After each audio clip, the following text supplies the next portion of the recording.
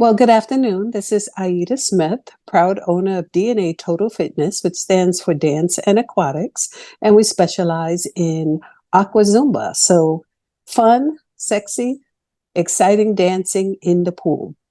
I am also co-founder of Success and Accountability, which we teach the youth about accountability and life skills. And we take good kids and make them great with coaching and walking them through life.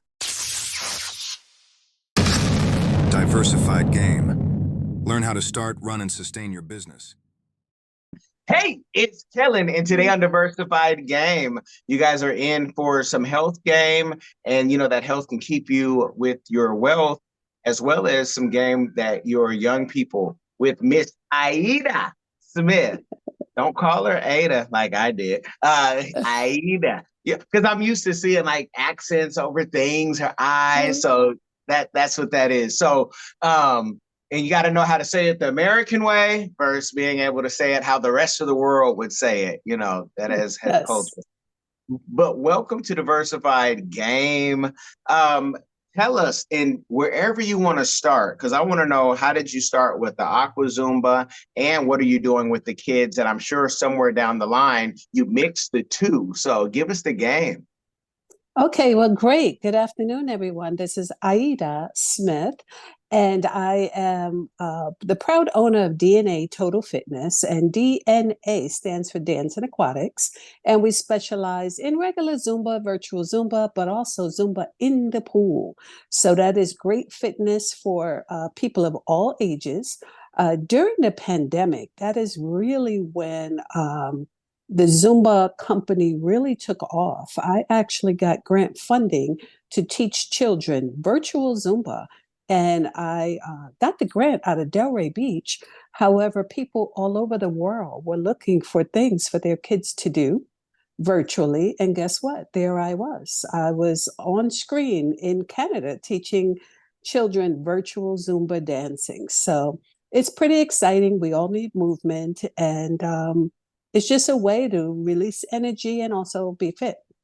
I am also the co-owner of Success and Accountability Network. And with that company, what we do is we take good kids and we make them great. It is not like a remedial reading course or anything like that.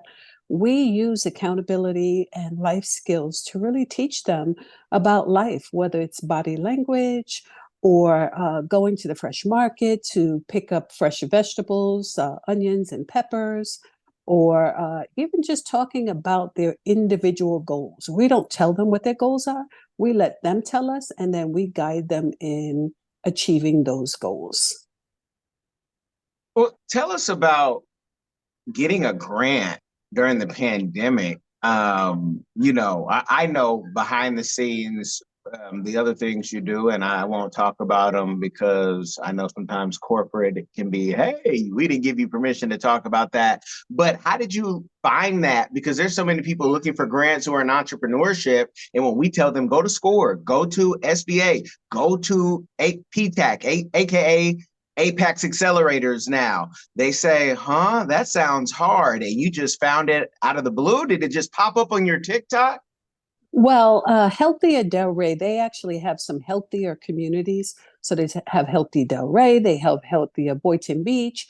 And I'm actually a for-profit business, but the need was so great that you could apply for the grant, and whether you were nonprofit or for-profit, the end game is really what attracted them to selecting me to give me the grant and also to deliver services to kids all over the world. I mean, no one knew that people in Japan and Great Britain were going to be zooming in to watch fitness, but they were. Okay. And so from that organization, you found it. And was it through an email? Was it through a text, a flyer, or just because you were connected in the community? Connected in the community, pretty much. These are relationships with some of the healthy communities that I already was familiar with. Okay. And I ask that because people, again, they're just curious on, and they hear these stories and people make it sound so easy. And I say it is if you're doing the work, if you're doing your purpose. But it takes time, and it's all about, who knows you, and putting yourself out there. And so you found it, you wrote it. Did you write it yourself, or do you have a team of people that helped you with this? No, I do not have a team of people. I wrote it myself. Actually, some of the grants are very simple. They just want to know that you have the specific licenses, which I do, and integrity to deal with, the youth, and also consistency. So I think the consistency before the grants opportunities came about really made a difference. And so you get grants during COVID. You're not out there having to worry about taking a loan that is illegal because you never had a business. You're not one of those. How has it been then since after? Has the grant still been flowing? And I ask that because so many people then, when they do finally get that first piece of, whether it's a grant or an RFP, they're like, I've made it. I can live like this for the rest of my life, except you have to get another one. So how Right. has that wave been for you? Okay, so the grant, as you stated, it's a one-time thing. So I actually got one grant, and then I had another company sponsor me. But then, other than that, it's just hustle and flow. It's like find opportunities where people need the services that you provide. I actually reside in West Delray, and it is a pretty senior environment. And guess who needs fitness and fitness that are gentle to their joints? The seniors. So now I currently teach courses. Right now, it's every Thursday evening. I teach courses where people just pay their own money without the grant. And Okay. I've been Okay. doing that for probably the last 3 years. Okay. So that means you got some people with some money. Well, they invest in themselves. Let's just say that. Okay, yeah, we can say it, but you're not. It's always nice when people can invest with themselves. And in today's time, where you hear, "Oh, this costs so much," and these are extra perks, it allows people to understand that you don't always have to go to the I don't know what you want to say, your next door neighbor. You can maybe go to another neighborhood, find someone with maybe more than you, because the purpose of the show is to show how people started, they sustain, Okay. and they succeed. And we try to take out all the excuses that people have. And they say, but it's too hard, or because I look like this, or because I sound like this. So I want to give a full, clear picture. What has been the most difficult part for you? Time. Time management is difficult because I actually have a full-time job. And I do a lot of volunteer work. I am on a few boards. So I'm on a community feeding board, which is called Eat Better, Live Better, that a couple times a year we go out and we feed the community, not just like rice and beans. I mean, a big 30-pound bag of groceries with carrots, and it's all fresh produce. So I make sure that I put my service in. I have the full-time job. The fitness, as well as it is for others, it is for myself. So I look at it like people are paying me to work out. Now, that is something that every person, I would say, under 50 would say, yes, that's what I want to do. That's the problem that I've been having. I'm just not paid to work out. And especially with the TikTok generation, you have people showing their workouts of all ages. And some people from YouTube to TikTok have made a living off that. Now, you can feel free, if you have an Instagram or TikTok you want to shout out, if they can follow you, working out. But how have you done with your social media and pushing that?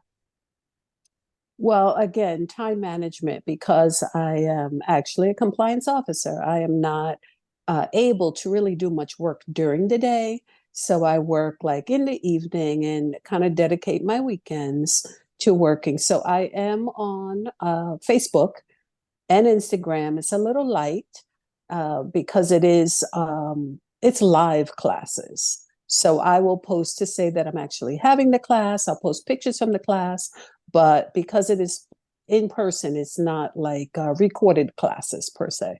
So DNA Total Fitness on Facebook and Instagram. And well, which you don't have time for. Sometimes your virtual assistants are those people in your life who every time they have my bill needs to get paid and you're that person. How has it been with, that inner circle support when you're doing your business? I actually don't have much support. I pretty much do it myself. If I was making more money, I would pay money for the support. And that is, I started my business actually in 2019. And then we had the pandemic. I was able to get grant funding. And now I'm back to pay per person, per class. So I am in business, but I am not flourishing as I would like to. And then also I have the other business, which also takes up some of my time.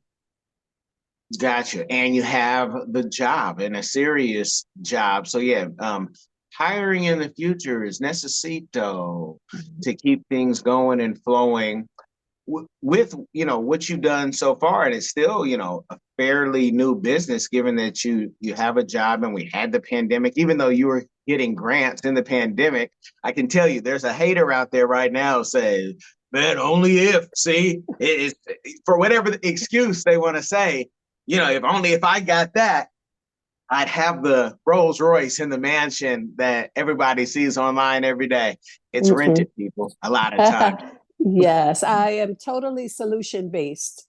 I hear a problem and I'm already on to the solution. I don't have much time for excuses. Nah, we dig that. We love that. And when dealing with young people, it's necessary, because sometimes when you're going through something and it's serious, you think like you're the only one in the world. How have you, navigated that? Where does that, the will to help the young people, where does that come from? Well, I'm originally from Brooklyn, New York, and my mom was always very resourceful in finding agencies and finding opportunities to help the household. So I think I am that type of person anyway. I'm a very kind person. And then seeing my mom like never miss a beat. She was always calling someone or showing up somewhere, and she kind of instilled that in the household. So I'm always looking for an opportunity to pay it forward, whether it's clothes or shoes or time. And I also see that the children of this generation, they are really struggling. They're struggling emotionally. They have social media telling them either they're too hard or they're too soft. And, you can wear a dress, it's no problem. And you should wear pants. It's just so much pressure. And I see a lot of good kids. Like I was a good kid, and a little extra effort made me like a great kid with integrity. Like I'm a compliance officer, and my integrity and my ethics are so important in being able to do this job. But I was working at 15 years old at the district attorney's office. So I saw very young some of the difficulties and some of the challenges from these kids that are, they go down the wrong block and their life is over, done, finito. So this is where I find the need to try to, at least share what I can share. Talk about, how did you get that position? Because I would assume it's connection and network at 15 to be at the DA's office. Like that's not a typical thing. And I'm saying that because you're teaching me now, because I have a 14-year-old who, by the time this interview comes out, would have just finished her first volunteering thing at the hospital. But how do you get in the DA's office? Well, I went to Edward R. Murrow, which is a school for communications. So already I'm sure you realize that certain jobs go to certain schools because they know that they're getting the training. So at Edward R. Murrow, because it was a school of communications, I was already doing like commercials and things like that at 13 years old when I got into high school. So by 15, you had a choice of getting a summer youth job. And it's like, okay, do you want to clean up a park? Do you want to, run around after kids playing basketball? Or do you want to go to the district attorney's office? And I'm like, I'll go work for Liz Holtzman, who was the first woman district attorney ever. And I got there and they saw my potential and they would just have me working on cases, reviewing cases at 15, 16 years old. And I went to school during the day. And then after school, I would go to downtown Brooklyn, the DA's office. And then they kind of made my position all year round because they were getting good results for summer youth prices. No, that is amazing, and all to put in your book when you decide to write it. Because now, did you have, or do you still have, any, whether it's legal or maybe even political goals? Because you're the type to go and say, I want to make change that hasn't been bought out by, a whole bunch of lobbyists. Hopefully you haven't taken a whole bunch of money. I think I did see you running around Palm Beach in a drop top Rolls Royce, but you could have earned that. So yeah, any ambitions to make change, here in Palm Beach or going to Tallahassee or DC? I don't think so. I think that early on I had some ideas of doing that, but this country is just so unjust that I cannot. Yeah, ulcers, headaches. Yeah. Mm-mm. What I find the most impact is working with the youth. If I can take what I have, any connections, any research to help the youth, I think that is more suitable. And I interview a good amount of people. I've had former politicians on here. The good ones can't last, and the sane people don't run.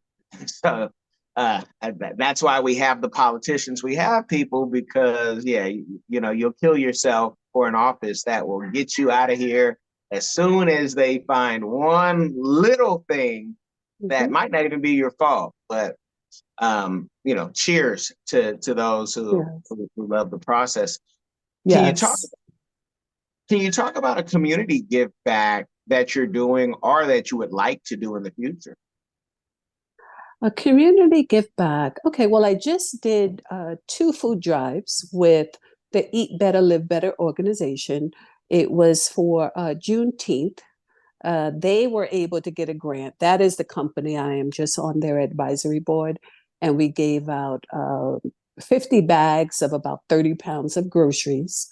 And as long as they continue to get grant funding and I am on their advisory board, I find opportunities where we can give out 50 or 60 bags of groceries. For the month of October, my birthday month, I will be doing a personal food drive where I will be asking all of my friends and followers on Facebook to donate peanut butter, tuna, or $5, and just to gather all of that and give it back to that organization because they have the connections and they feed whole families. When people don't have groceries, they can go there and pick up groceries for the entire family. And this is why you do food banks and not me, because you're focused on healthy living. I would have allowed every type of gummy, chewy, sweet. What are your rules when you're doing the food bank? What foods are allowed?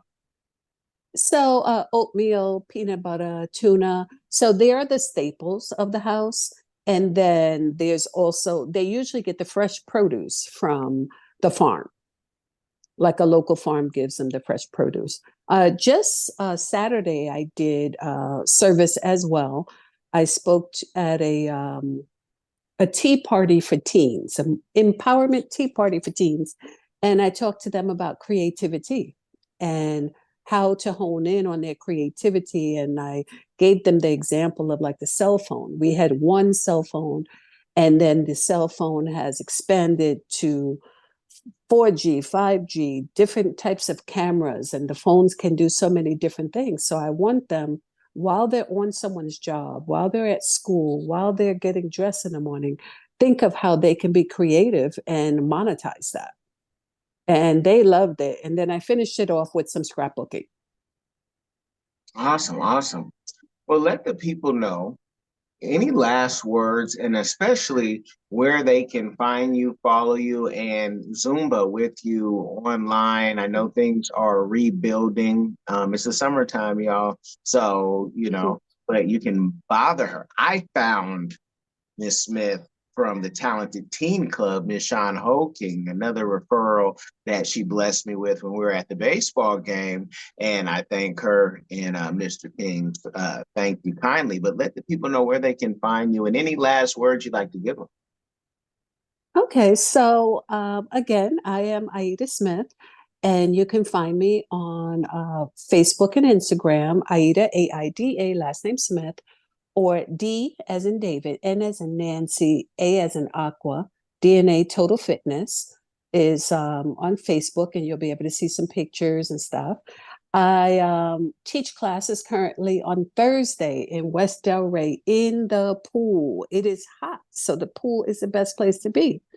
Also, I have the Success and Accountability Network where we mentor youths with accountability, life skills, and speakers. So I am always looking for professional speakers to speak to the kids, to give them some insight. I have a lot of great ideas, but I don't know as much as, some other people know. So I would love for people to reach out to me at 954-775-5548 and let me know if you have maybe 15, 20 minutes to jump on a virtual call.